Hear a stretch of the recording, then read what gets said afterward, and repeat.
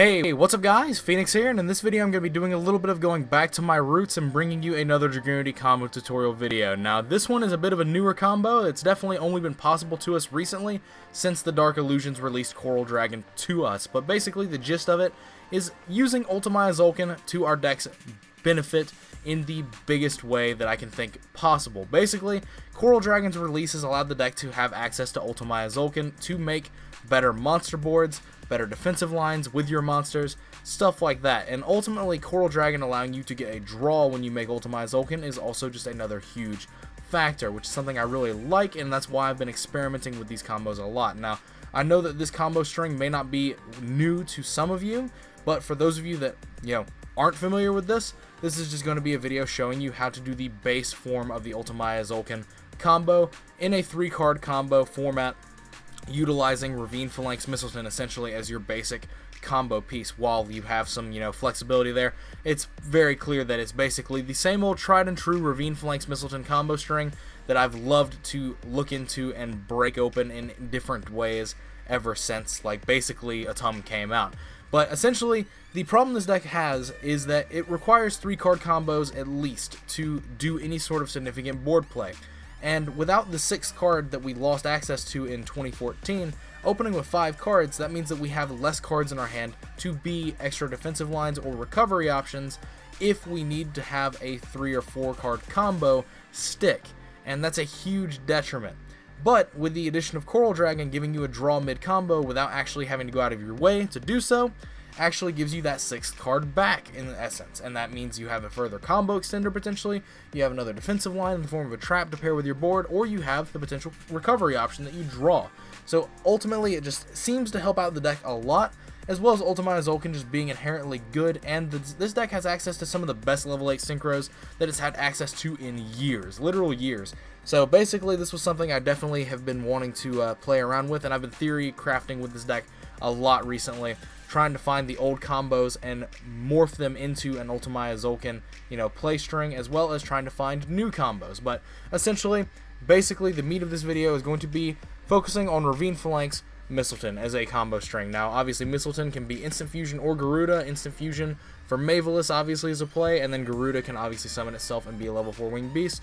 Your Phalanx, you can obviously supplement that with Foolish Burial or Divine Lance, even though these are strictly worse options because they require your combo taking an extra card, turning your 3-card combo into a 4-card combo.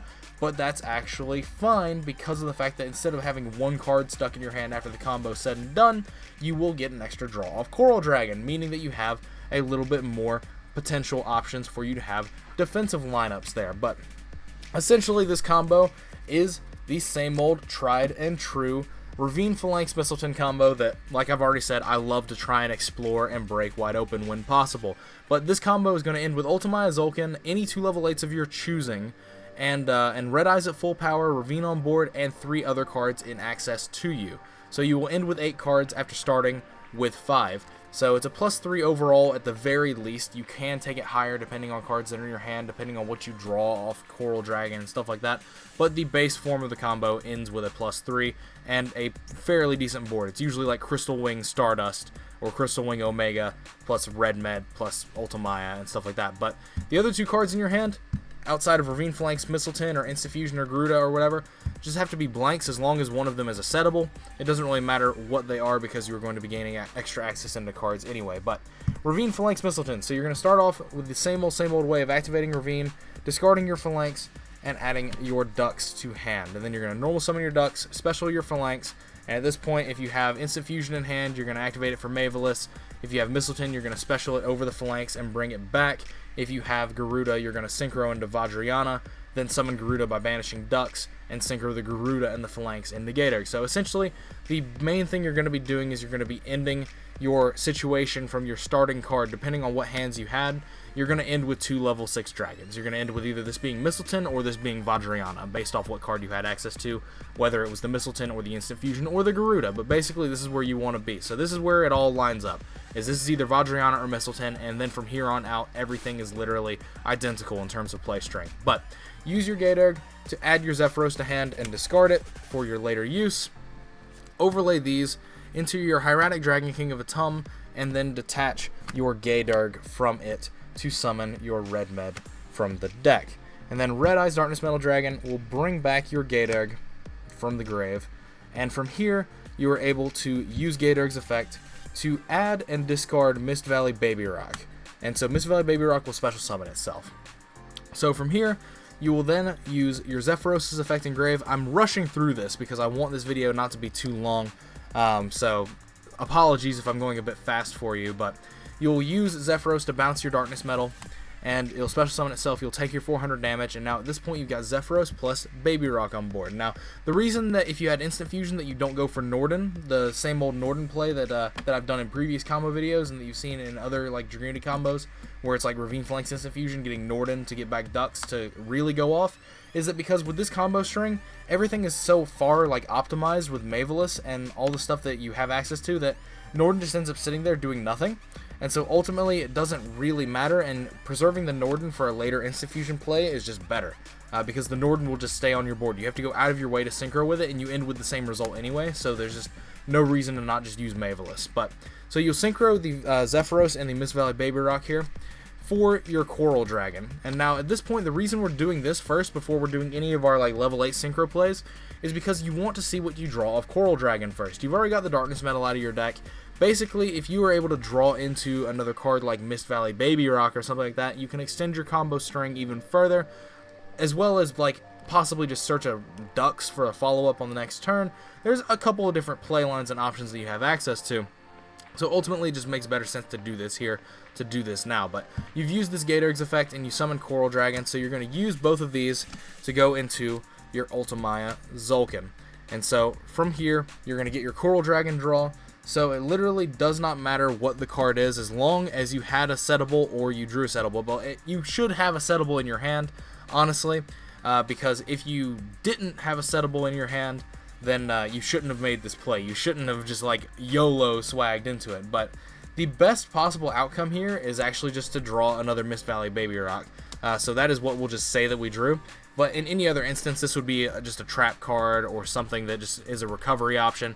Something along those lines that you can just set or just, use to complement your board in any way, shape, or form. But the best case scenario is if you draw Baby Rock, which I'm playing 3 of in my current build because I think this card, my opinion of this card has swayed so much over the years, and right now I just absolutely love it because of the access that it gives you to extra synchros, because of the existence of cards like Coral Dragon to allow you to keep combos moving. But I digress. So assuming we drew Baby Rock, your play line here can just keep going by banishing your Atum. The Mistleton goes to grave, or whatever was under it goes to grave, and you get your Red Med out. Red Med can bring back your Gatorg, and then Gatorg here can add Ducks or Garuda, whatever you really want, honestly. If you have Ravine up and you're confident in your ability to protect Ravine, you can add Garuda just to be an additional combo piece next turn as well, because you can add Ducks off of your Dragon Ravine. Or you can just, if you want to play it safe, you can just add Ducks straight up. It literally just matters like very minorly because your opponent still has to break this board anyway. But so we'll just say you add Ducks here, and then you'll get to special summon this Baby Rock. Now, what if you didn't draw the Baby Rock? Well, then simple. You drew a settable card or something, and off of this Gatorg, you just added Baby Rock to your hand and discarded it. And so you end up in the same place. I'm just saying that we drew Baby Rock here because I want to show the best possible result in terms of allowing you to sculpt and mold your hand for future playlines. But so from here, you have your Mist Valley Baby Rock and you have your Gatorg, and so you're going to synchro these into whatever level 8 you want. Usually, in this instance, depending on how many settables I have, like if I have 1 or 2 settables, like in this instance I have like Double Call the Haunted, I get something like Stardust Dragon, just because like I want to protect myself from board wipes in the form of Raigeki Dark Hole, especially going into like Zodiac Beast format where people are going to be playing Interrupted Kaiju Slumber and stuff like that. Dark Holes and Raigekis are very, very much more in demand and popularized because of the Zodiac Beast deck, and so Stardust just seems like a strong option to deal with here. And then just set a card and you can special summon Crystal Wing off of your Ultimaya Tzolkin. So ultimately, this is what you end up with. You end up with your 3 cards that you had access to, and you have your 5 monsters on board, or 5 cards on board that you invested into the combos, the 4 monsters and the 1 Dragon Ravine. So ultimately, I really like this base form of the combo. There's definitely a lot of really messed up combos that you can do with the addition of like Ultimaya Tzolkin and Coral Dragon into the deck. There's a lot of really cool things that you get access to, But ultimately, I think that this is like the strongest methodology for the deck to try and adopt going forward, because it's very simple, it's very streamlined, it's very easy, it's very like well-rounded, it knows what it's trying to do. Ultimaya Tzolkin is a very strong card. You end up with multiple defensive lines. This could be literally any level 8 in the game. It's really up to you. It could be Omega, it could be another Crystal Wing if you wanted to play 2 of it. It could be literally anything. If you have like say Dragon's Bind, it could be start a Spark Dragon. There's multiple different things that it could be, and that's definitely something that is something you should keep in mind when you're doing this combo string.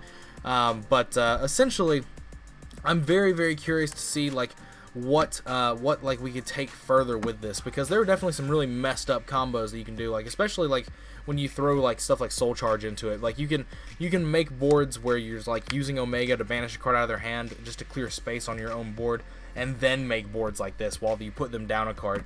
Stuff like that just is stuff that happens with this deck. This deck has definitely got a really high ceiling, and that's one of the biggest things I enjoy about it, is the amount of different things you can do with this deck based off just how well it supports itself alongside the rest of the dragon support that exists in the game and that is continually being released into the game. So I want to know what you guys think about this combo in the comments down below, and if you like the video, if you think I went a bit too fast, I'm sorry, but like I didn't want this video to be like 20 minutes long, because I could definitely have like drawn out and explained every step to like the nth degree, but it's definitely not something I wanted to do. I mean, hell, it took me like 3 minutes just to start doing the combo.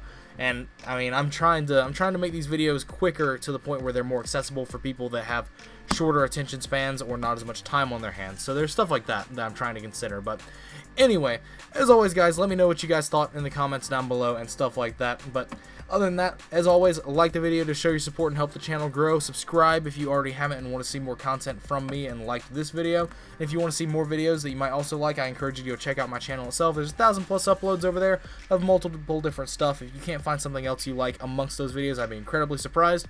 But other than that, if you want to support me directly, you could also consider backing me on Patreon. There will be a link to my Patreon on screen as well as in the description of the video, and even by pledging as little as $1 to me per month, you are investing in my ability to keep making content and to invest more funding, resources, and time into producing and improving the content that I am currently making. So definitely big thank you to those who have already gone over there and pledged already. But other than that, that is it for this video.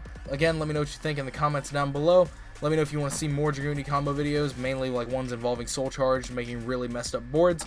But other than that, let me know what you think, as I've said for the upteenth time. And other than that, that is it for this video. Thanks for watching, thanks for your time as usual, and take care, guys. I will see you in the next video.